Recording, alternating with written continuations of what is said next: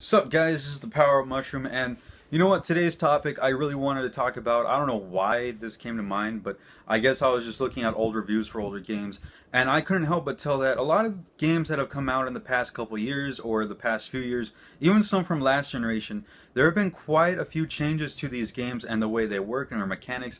And I don't know, it just led me to the question is like, do these games that get updates all the time that drastically change gameplay elements and stuff, do they deserve a second chance at getting reviewed?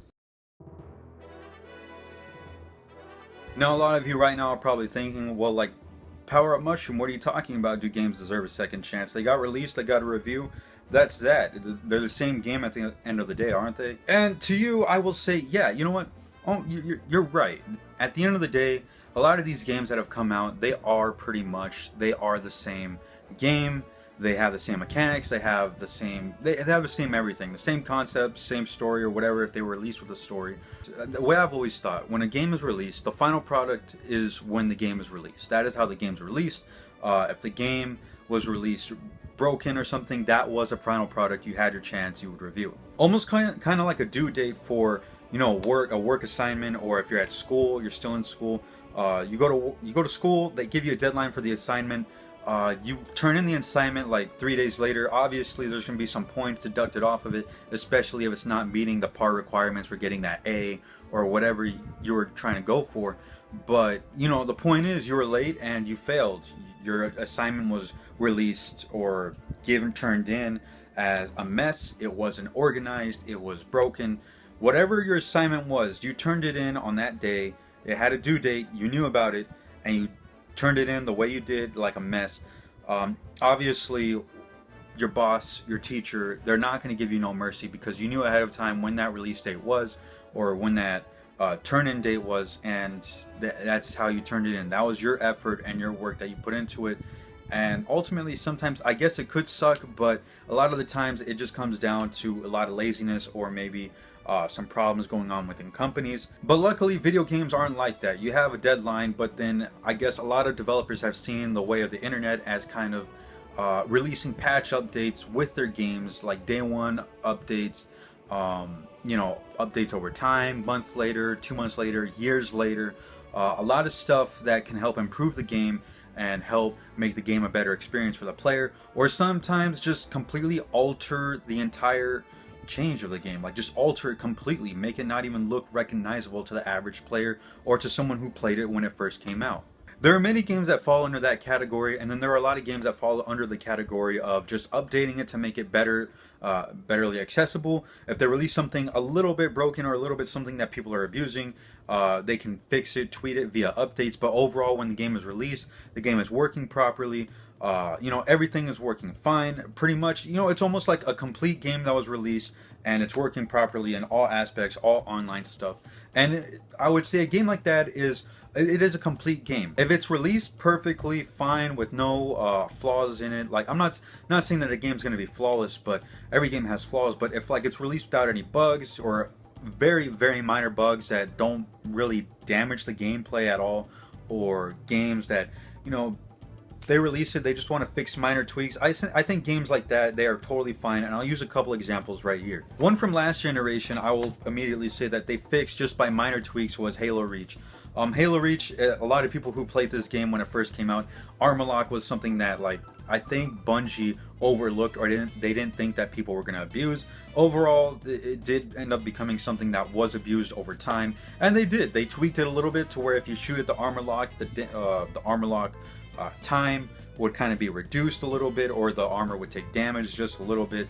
And they also released a patch to where, like, it's not, you kind of have to time your shots a little bit, because the reticle on the center of the screen would kind of expand, making your shots more inaccurate if you just fired randomly. Stuff like that I think really helped improve the game a lot, especially with the level cap. You know, people ran out of stuff to do, or they maxed out their level. They released a level cap that just improved the amount of game time that you could put into the game. Same thing with Overwatch. We could use this as like kind of a current game that's out right now that a lot of people are playing. It's real competitive, and they always offer new tweaks, new updates, adding more stuff to their game.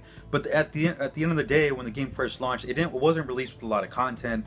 But as updates came on, it became one of those things that you could actually talk about newer updates, because it altered the game quite a bit, effectively changing a lot of the characters, a lot of their abilities, and a lot of the things, the way the maps worked and stuff, a lot of cooldown times. They did change a lot of that stuff, but at the end of the day, these were mostly stuff I would kind of see as tweaks and updates for a current competitive game on the current gen consoles that I think made the game a whole lot of a better experience, but it's not something I would say that really changed the game drastically. Then we have some games that are out there that they're released broken, or they're released incomplete, that just put a season pass type paywall for updates or stuff that you would have to pay for to make the game basically a complete game, or make it $120 to $140, maybe $160 purchase, just to play the entire game, or you have to wait overtime for these DLCs to come out. Here are some games right here that I have like as a stack. I actually have more right there,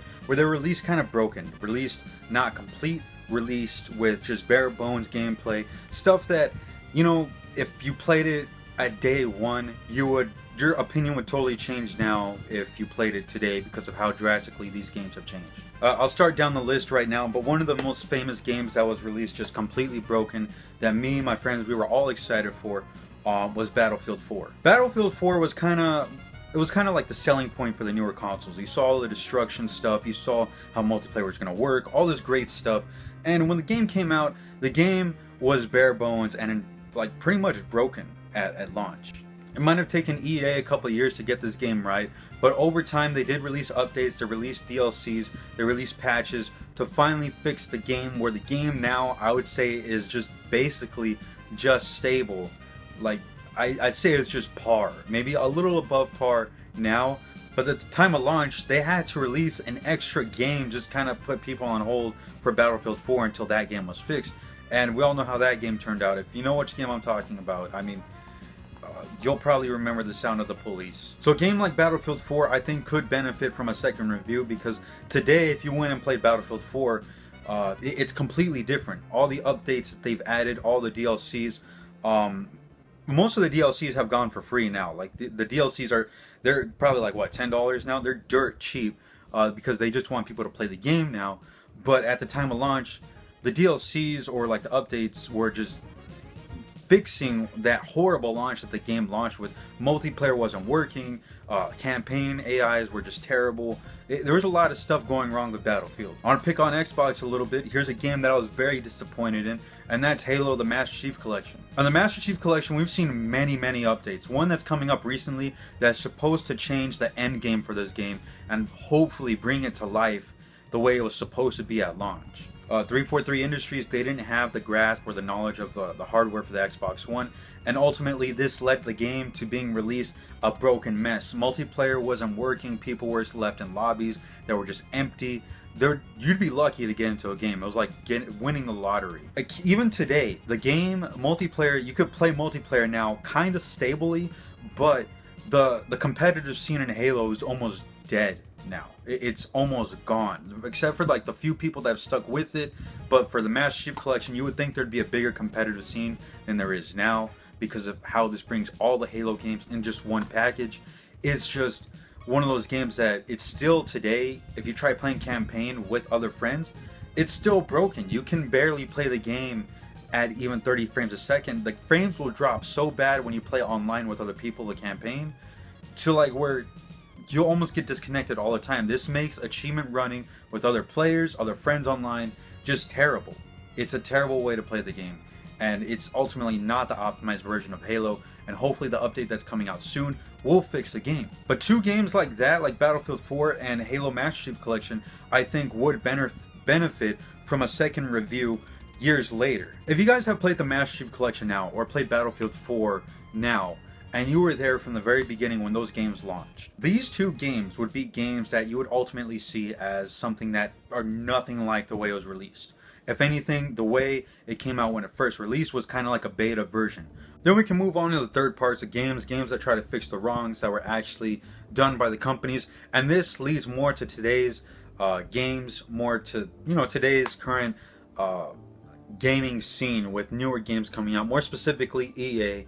And I guess now we can kind of put Warner Brother games in that category. To an extent, I'll even put in Final Fantasy or Square Enix at this point, because they released a game earlier this year that I was very disappointed, very bare bones, but over time, updates have fixed these games to make them a better experience over time. I'm going to get the obvious one out of the way. We're going to go ahead and talk about EA real quick, and that's Battlefront. Battlefront is a game that was kind of released, the very first one, and as a matter of fact, that was released kind of as, it was real bare bones. They wanted you to pay extra $80 for a season pass, or $60, I don't remember the price. And ultimately, it left a sour taste in a lot of players' mouths, and not a lot of us bought into it. We saw it, most of us went the other direction.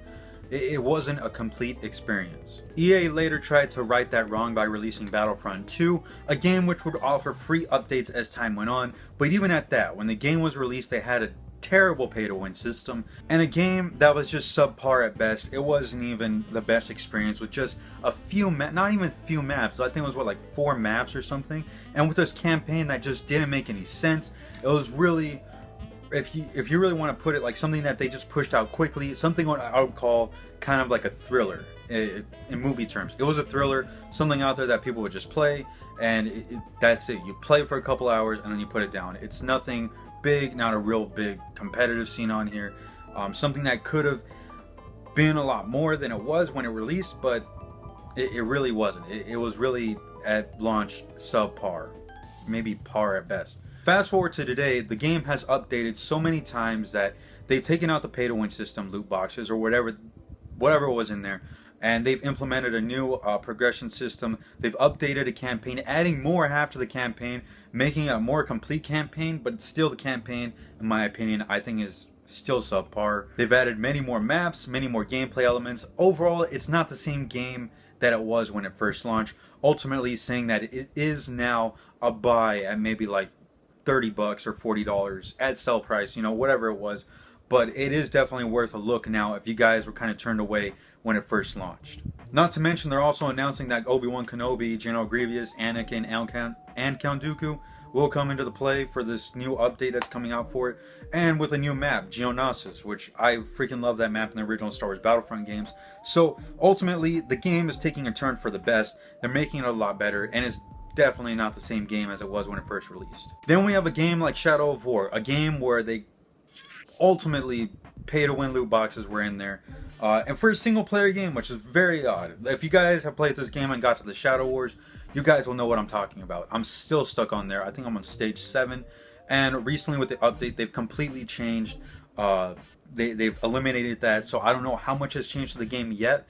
But overall, I will say that this game was a bit hindered by many reviewers saying that the pay-to-win loot boxes were in there. And again, something that just not a lot of players agree with.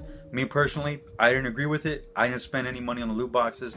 It wasn't as in my face as I thought it would be, but at the end of the day, when you got to the Shadow Wars, it was pretty in your face. Here's another game that was released broken. That is Final Fantasy Dissidia. The game basically had the same problems as Battlefield 4. I can't really say much on this. If you guys want to know my thoughts on this, my review is right up there. I'll leave like an annotation or something hovering around there, but you guys can go check that out. And then the last game, but not least, Destiny 2, a game that previous Destiny, we know how it was released, bare bones. Same thing with this one. You would think that they would learn from their mistakes, but ultimately Activision, I'm pretty sure they're the ones behind it. They're the ones who pushed this game out. They're the ones who made the game come out unfinished, and it's ultimately led to things like an expansion pass, something that you need to buy in order to get the full experience of Destiny, something that they just want to add, or parts of the game that were taken out at the end of the day, just kind of throw in there and make you pay extra money. Destiny 2 definitely has improved over time, and I do think that it is a different game, but not drastically like Battlefront or other games that have come out recently. Recently was announced was a No Man's Sky update, which makes you play multiplayer completely. It was adding multiplayer completely into the game. So definitely that's another game that's completely been changed by updates. And the last one was Grand Theft Auto 5. We've seen Grand Theft Auto 5 when it first released. They promised Heist. We weren't getting Heist when it first came out. And it took them a couple years to release Heist. Grand Theft Auto 5 is one of those games that I would say that if you played it now, it's nothing like when it first came out. With new houses, with new cars, new jobs, new freaking everything, new things you can do in Grand Theft Auto 5, all free updates. This is a game that I would say it's kind of like a service game, like where they would just like keep updating it because people keep on playing it, and ultimately they're bettering it for the players, and it makes it an overall better experience for the player. If they keep on updating games like this. What I'm trying to get at, guys, is that there are games out there that have taken out, or companies out there that have taken out parts of the games and later sold them as DLC. There are games who have been, or developers that have released games broken, maybe because they don't understand the hardware, or maybe because they have a deadline to meet. There are also games out there that developers just update because it's better for the players. It keeps the games alive and makes a better experience. And there's a lot of those games out there. At the end of the day, guys, there are games out there that I do believe that deserve a second chance at getting a review out there. Do all games deserve it? No. Okay, look. At the end of the day, guys, what I'm trying to get at is that there are some games out there that do deserve a second chance. There are games out there that probably do deserve that second review. There are games that deserve that time in the spotlight to kind of show where they were and show like how far they've come and how they better improve the games. Maybe even drawing some older players back or maybe some new players in. But then there are also games that are out there that, like, I'm gonna just straight up say EA, Activision, most of their games, they're kind of thrown out there. I mean, we don't know for a fact what's going on behind the closed doors of those companies, but definitely the publishers, they push for that release date and ultimately leads the game to being released broken. Sometimes developers, there have been times where developers have gone scummy and they just want to push a game out and release an update over time. Games like those, or companies like those, I feel don't deserve a second review, more specifically because those companies are so big and so well known. I guess they're making a lot of money and they have the time and the resources to kind of release a game that is finished, a finished product that should be working on launch. But then there are those games that do deserve, I believe, a second chance at getting reviewed, whether they didn't understand the hardware. The developers have come out right up and said and been sincere that, oh, you know what, we didn't understand this, or we didn't know about this, or this and this. Like, they misunderstood the way the online servers, or they didn't expect something to happen. More specifically, like the Master Chief Collection 343, I'm a little more kinder to them, a little bit, just a little bit. Not Halo 5, just the Master Chief Collection. The people behind that one, because they tried to do something that has never been done in history before, which is really putting a whole compilation of all the Halo games together, and they were running many different engines. There's so many on one console, and they didn't understand the hardware, especially on launch day. It kind of left it to where they didn't understand how many people were going to log on, and it really messed up the Xbox One servers. It messed up the game, and ultimately they have written the wrong or whatever to kind of fix that via updates, and even still by coming out and saying that, look, we're still going to fix the game, we're still on it, don't worry, it's going to come out soon, hopefully it gets fixed. And I'm really hoping for that. I'm really looking forward to. At that point in time when that release comes out, I will say that that game does deserve an extra review. But at the end of the day, I think it's up to you guys on what games deserve a second chance or not, depending on the standing of the company and depending on where the game was when it released and how it is now. But anyways, those are just some of my thoughts on whether a game deserves a second review. Like I said, there are so many games out there that deserve it, and there are so many games out there that really don't. More games like Overwatch and like multiplayer type games like that are more for competitive type stuff or balancing issues via updates, that, you know, that's what they come out with. You could really talk about the updates, really. Stuff like that, I think that has its own category and its own video for its own time. But anyways, guys, let me know what you guys think. Do you guys think that a lot of these games deserve a second chance at reviews? What do you guys think about about Overwatch or Battlefield? Do those games deserve second reviews compared to when they first released? Just let me know in the comment section below. Let me know your thoughts on this topic. I really wanted to get more people's opinions on this, because I think that there is a topic here that we kind of there's many different opinions, and seeing a lot of videos come out with games where they kind of compare to when it first released and then now, the way the player base is, the way the updates have improved the game or worsened the game. I do think that there's a gray area right there where there's a lot of topics, just to discuss about games getting a second chance at getting a review and getting re-promoted. Who knows? But anyways, that's it for this video, guys. Remember to like, comment, subscribe, upvote if you're not watching our video, because I keep on saying that. But as always, guys, when you guys are gaming,